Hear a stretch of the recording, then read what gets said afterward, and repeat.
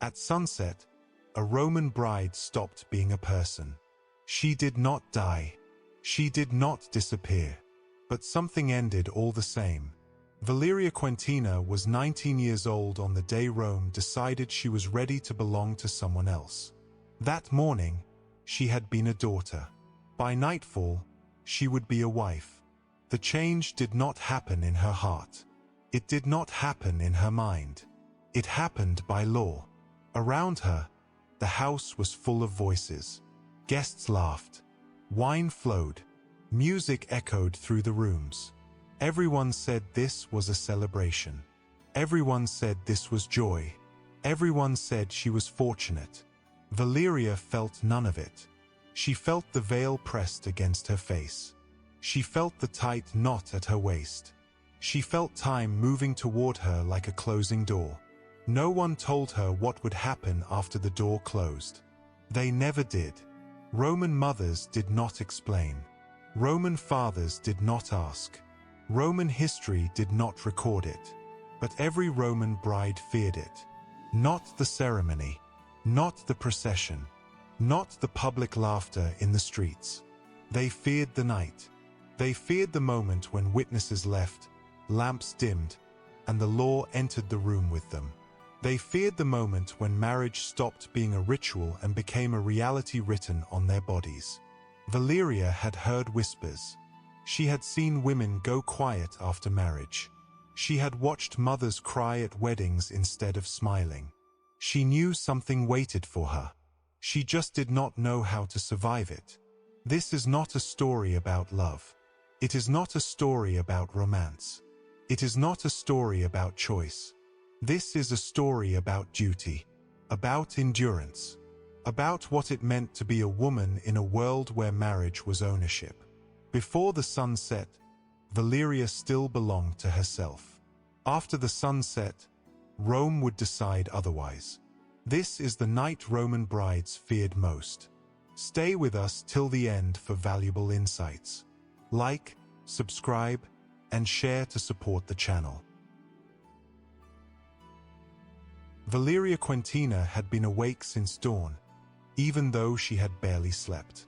The house of her father was already busy when the first light entered the atrium.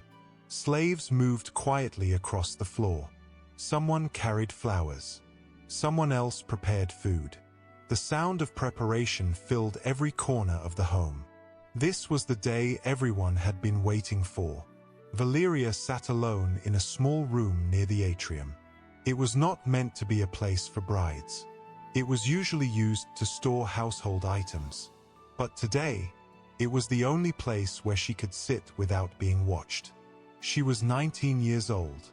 Until this morning, she had been a daughter. She belonged to her father's house.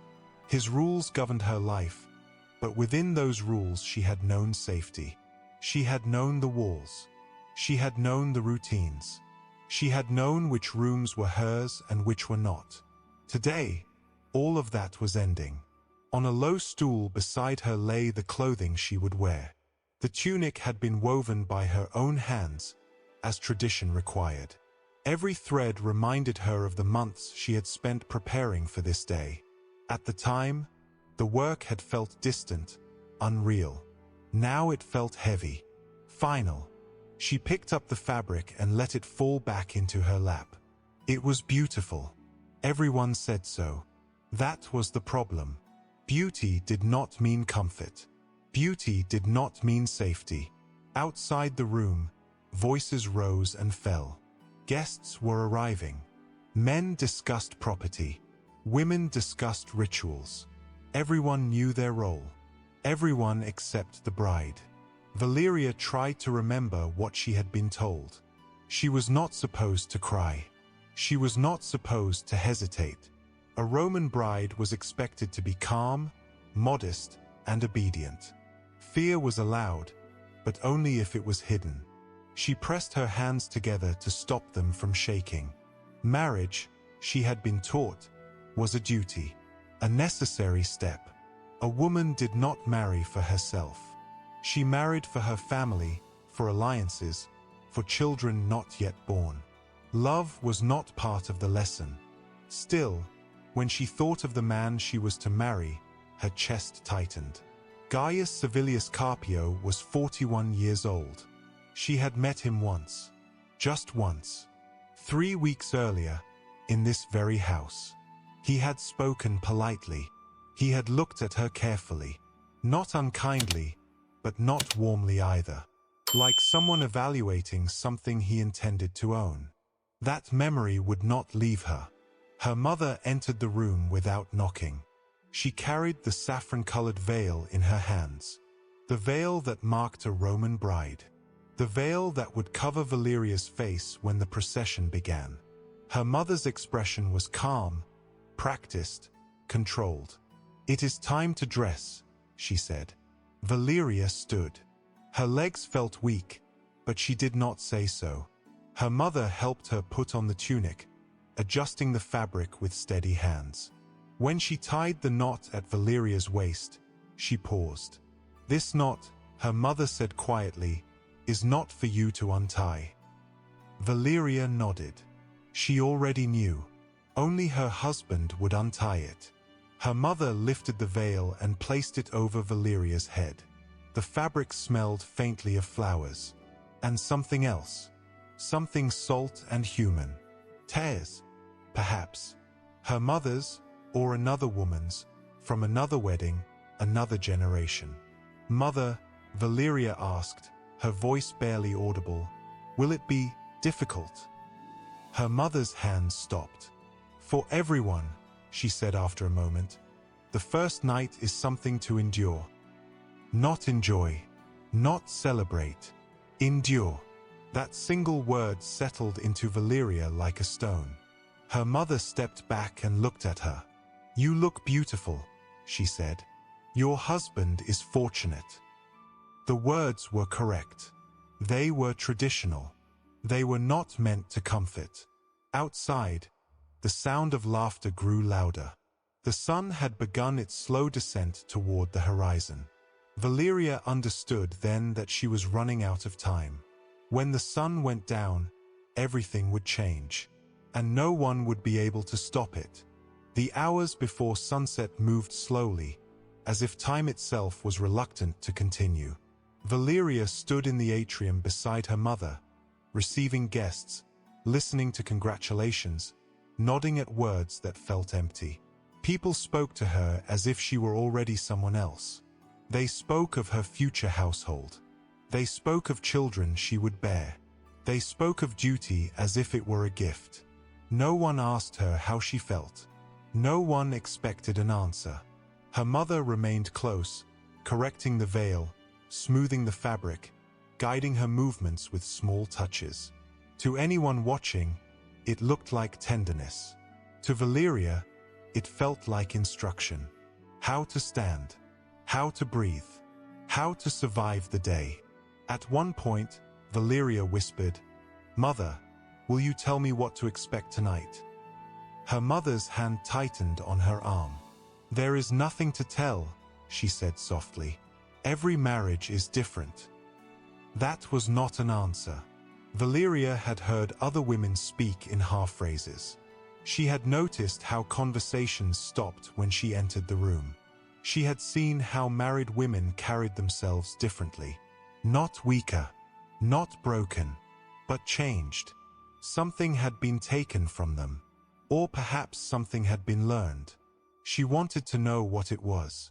When the guests turned their attention elsewhere, Valeria followed her mother into a quiet passage near the back of the house. The air was cooler there. The noise of the feast faded. "Please," Valeria said, "I need to know." Her mother did not look at her at first. "I was your age when I married your father," she said. "I was frightened. I did not know what would happen. No one told me." Valeria felt her heart lift. This was what she had been waiting for. "And what happened?" she asked. Her mother turned then. Her face was composed, but her eyes were not. They held something old and heavy. "I survived," she said. The word echoed. "That is what matters." Valeria swallowed. "And if I cannot?"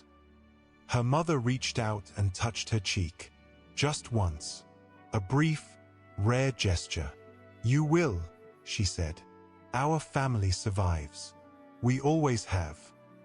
It was not reassurance. It was expectation. Before Valeria could ask more, footsteps approached. The moment was gone. Her mother straightened, the mask returning to her face. Later, as the sun crept lower, Valeria slipped away again. This time, she sought out her Aunt Cornelia. Cornelia was different from the other women. She had been married once and never again. She was not bitter. She was not angry. She was simply finished. Valeria found her in a small room near the storerooms, arranging offerings for the household shrine. "Aunt," Valeria said, "I need to speak with you." Cornelia looked up and understood immediately. "You want to know about tonight?" she said. "Yes." Cornelia closed the door. She did not speak at once. When she did, her voice was calm, careful. "Some husbands are patient," she said. "Some are not. The law does not require patience." Valeria felt cold. "You will be expected to submit," Cornelia continued. "Resistance will not protect you. It will only make things worse." Valeria nodded, tears blurring her vision. Cornelia took her hands. "Listen to me. This night is not about happiness. It is about survival. Learn that now." "How?" Valeria asked. "By understanding that this will not end tonight," Cornelia said. "It will happen again and again. You must learn how to endure without breaking." The words were cruel, but they were honest. "When you leave this room," Cornelia said, "you will begin performing. Smile. Be calm. Let him believe you are willing. That may spare you more than anger will." Valeria understood. This was the knowledge mothers rarely gave. This was the truth passed quietly, woman to woman. Outside, the sky burned orange. Sunset was close. The sun dipped lower, staining the sky orange and gold. Valeria's heart beat in rhythm with the torches that flickered in the courtyard. The house had transformed. Where earlier there had been laughter and conversation, now there was ceremony and tension. The wedding feast was over. The guests were lining up to accompany her through the streets to her husband's home. The procession was magnificent and terrible. Valeria adjusted her veil one last time.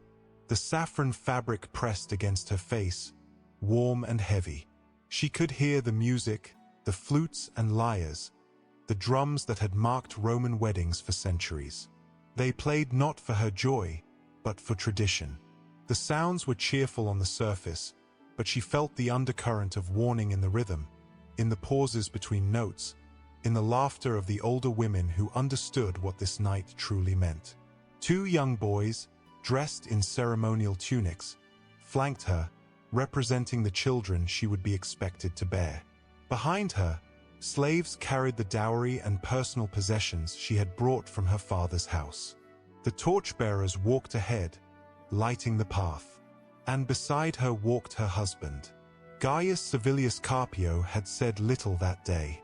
He performed his duties formally, correctly, like a man completing a contract.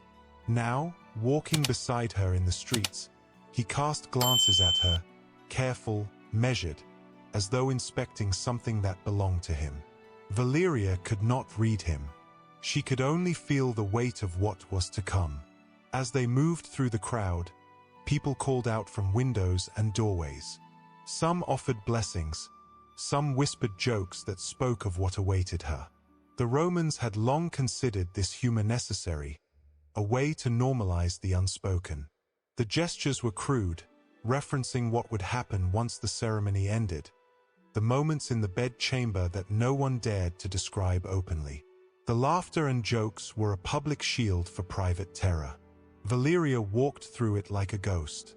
Her mind tried to hold on to everything she had learned from her mother and her aunt. Smile, perform, endure. Let the outside world see the calm bride. Let them see the composure. Let them not see the fear that ran through her body, tightening muscles she could barely control. The streets narrowed. Torches cast long shadows against the walls, and the crowd thinned. The path led to the home that would become hers. She understood, in the deepest part of herself, that she was leaving her father's protection forever.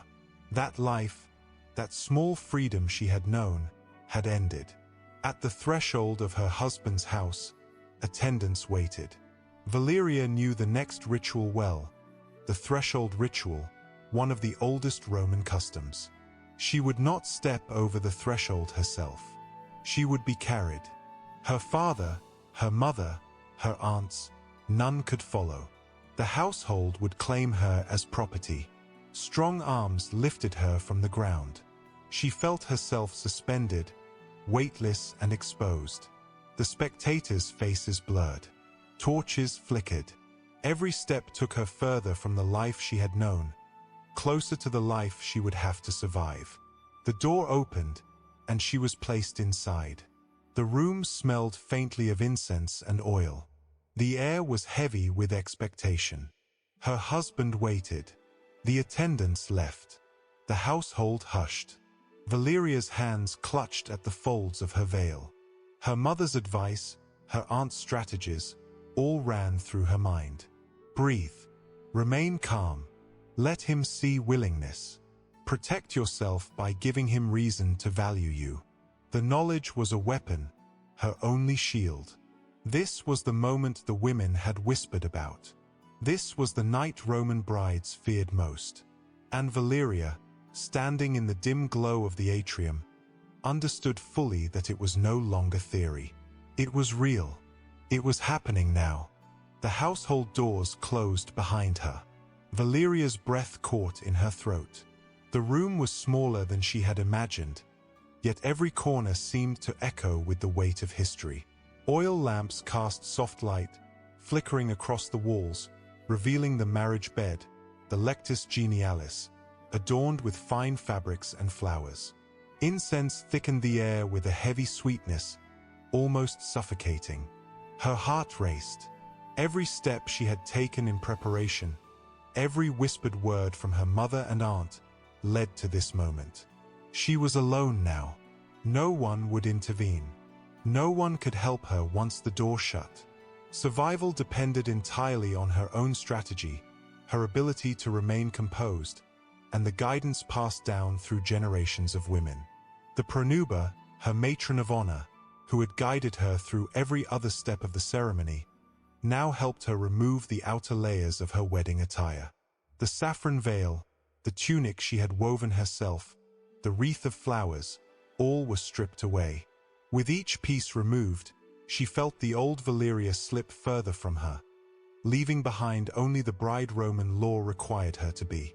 "You are ready," the pronuba said softly.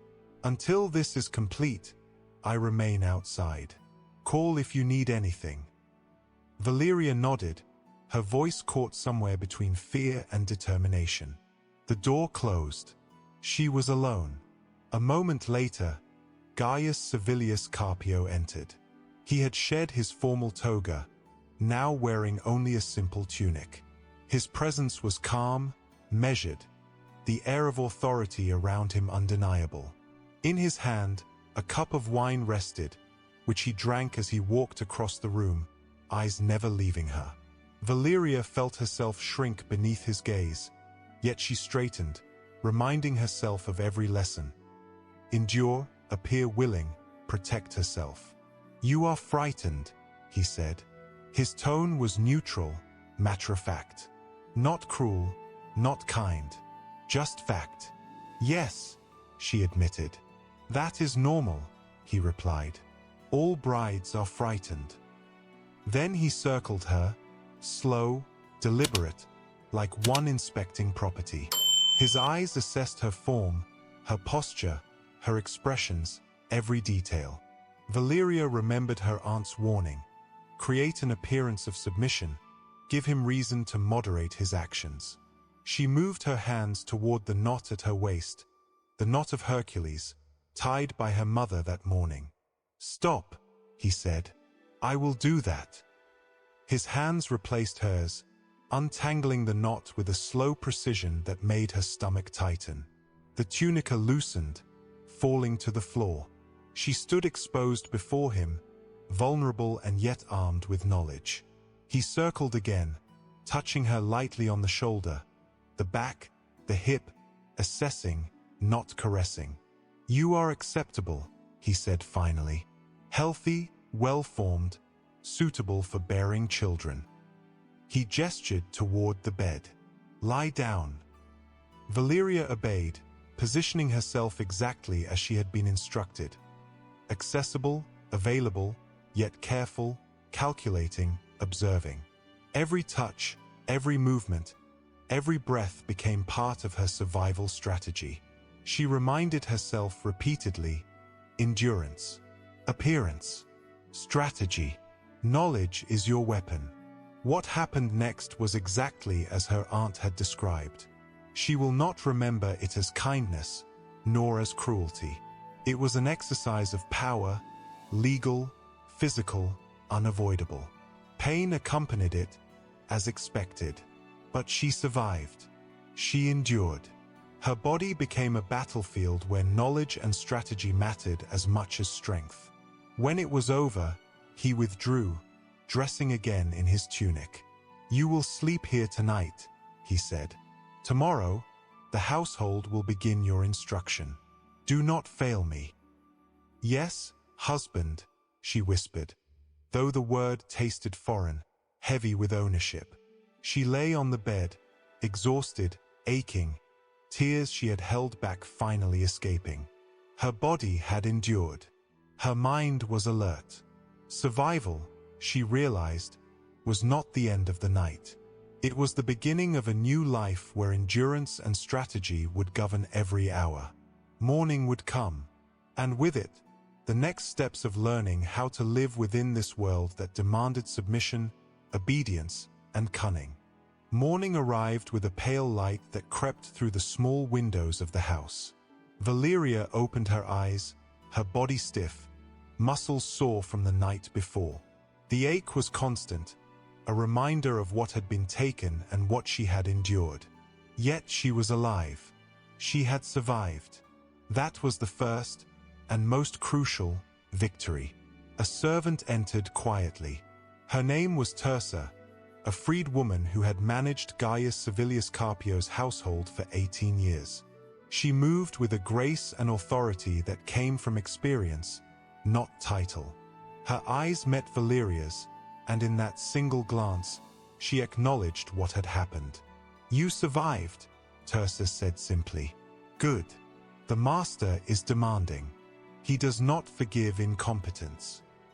Valeria sat up slowly, absorbing the lesson. Marriage in Rome was not partnership. It was survival. Her body had been claimed, her freedom restricted, and yet there was power to be gained in navigating this world carefully. Tirsa became her first mentor in the household, a guide to understanding not only her duties but also the ways to protect herself. "You must be indispensable," Tirsa instructed. "Manage the household so that the master depends on your competence. Anticipate his needs. Make yourself valuable. Valuable things are treated better than things easily replaced." Valeria listened, absorbing every word. She began to understand that her survival required more than physical endurance. It required strategy, calculation, and observation. She would have to read her husband's moods, recognize what pleased him, and adjust her behavior accordingly. Every decision, every action, could determine whether she would be safe, ignored, or punished. The days passed in a rhythm of instruction and observation. Tirsa showed her the rooms, the stores of food, the schedules of the slaves, the accounts of the household. Valeria learned quickly, mastering tasks that even seasoned servants had struggled to complete efficiently. She began to earn recognition, small yet vital, for her competence. Her husband's visits continued, though their frequency depended on his mood, his business, and the politics of the household. Valeria observed carefully, noting patterns. Nights were not pleasant, but she learned to endure them without breaking. She learned to compartmentalize, to remember her aunt's advice about what to hold in her mind and what to forget. Each night survived was a lesson in patience and strategy. 3 months after the wedding, Valeria missed her monthly bleeding. 2 months later, pregnancy was confirmed. The news brought a new reality, danger and opportunity intertwined. Pregnancy was the ultimate test for a Roman wife. Childbirth could kill, especially for young women. Yet bearing a son secured a wife's position in the household, making her indispensable and protected. Valeria understood the stakes. She had no say over conception, no control over the outcome. But she could prepare herself, learn from the women around her, and gather strength. She joined the network of experienced married women, absorbing their stories, their strategies, and their truths about childbirth and survival. The older women spoke frankly about death, fear, and the small victories of life. There was no sugarcoating, no comforting illusions. Knowledge became her weapon once again. When labor came early, in the 7th month, Valeria faced it with the tools she had gathered. The pain was unimaginable. Her body screamed, muscles contracted, breath shattered, and yet she endured. Midwives and women who had seen countless births guided her, whispered instructions, offered encouragement. And when the long hours ended, she held a living child, a son, healthy and strong, safe in her arms. This child transformed her position. No longer merely a bride, she became a mother of the household's heir. Her husband's gaze softened, recognition replacing the distance that had existed before. "You have done well," he said. It was not love, not warmth, but acknowledgement of her value. She had survived, and through survival, she had gained influence, respect, and security. Valeria began to understand the hidden curriculum of Roman marriage. Endurance, knowledge, and strategy were the currency of power. She had been claimed as property, but she could use her intellect and skill to navigate the system, to create spaces of autonomy within the constraints imposed on her. Survival had become mastery. Years passed, each one layering lessons onto the life Valeria had learned to navigate. She bore 3 more children, 2 sons and a daughter. Each pregnancy carried its own dangers. Each childbirth tested her body, her mind, and her endurance. Yet with each challenge, she grew stronger, wiser, and more capable of maneuvering within the rigid boundaries of her marriage. Her husband, Gaius Servilius Carpio, remained the authority in the household. He demanded obedience, respect, and service, but Valeria had learned the subtle ways of influence. She anticipated his moods, arranged the household to function smoothly, and earned the reluctant respect of the slaves and freed women. Through competence, she carved out a space of security, creating a buffer between herself and the full force of her husband's authority. She had learned that power was not only inherited but carefully cultivated. Valeria also maintained and expanded the network of women her aunt had introduced her to. She shared knowledge, advised brides, and helped wives in neighboring households who faced cruelty or indifference. Survival was not solitary. It depended on alliances, shared wisdom, and the subtle influence that came from experience. The women of Rome had preserved these strategies for generations, and now Valeria added her own insights to the chain. Her life was not marked by happiness in the way modern minds imagine it. Love and warmth were rare, fleeting, or carefully constructed illusions. Yet she found satisfaction in competence, influence, and the security she created for herself and her children. Her body was no longer merely property. Her mind, her skill, and her knowledge gave her a type of power that even a husband could not fully control. When her husband passed away 22 years after their wedding, Valeria discovered a freedom she had never known. Her sons were grown, her daughter nearing adulthood. She had wealth, property, and influence, all secured through the careful strategies of survival and endurance she had mastered over decades. For the first time since her 19th year, she was no longer claimed by anyone else. Her body, her decisions, her life belonged entirely to her. Yet she did not live in isolation. Valeria dedicated her remaining years to the women around her, passing on her wisdom, advising brides, and strengthening the networks that had protected her throughout her life. She became a quiet guardian, ensuring that other women could endure what she had survived. In a society that had offered them almost nothing, Valeria's legacy was protection, survival, and empowerment. She reflected often on the lessons of her youth, on the wedding night that had loomed over her life like a shadow. That night had been more than ritual. It had been the first test of survival, the initiation into a system designed to take everything from a woman.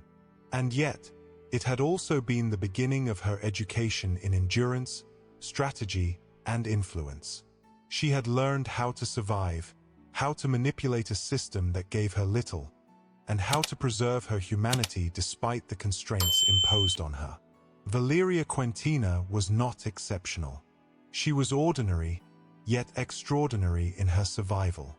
Her story represented the countless Roman women who had faced the same trials, endured the same pain, and found ways to live, to protect themselves, and to build influence where none had been intended.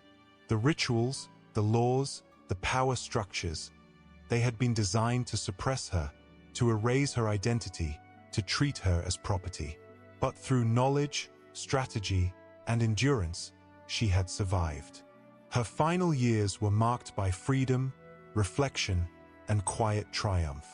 She taught others, shared wisdom, and became a beacon of survival in a world designed to crush those without it.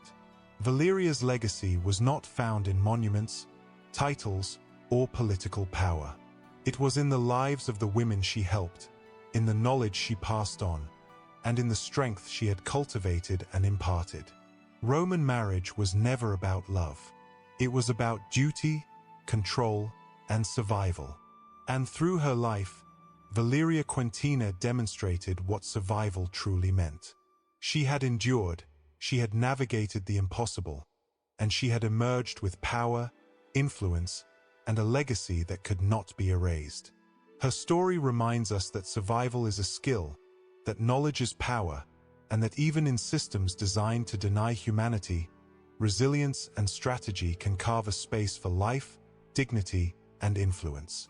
Valeria Quentina's life was a testament to the courage of women who endured what history often forgot, and the lessons she passed on ensured that her survival would protect others, long after she herself had gone.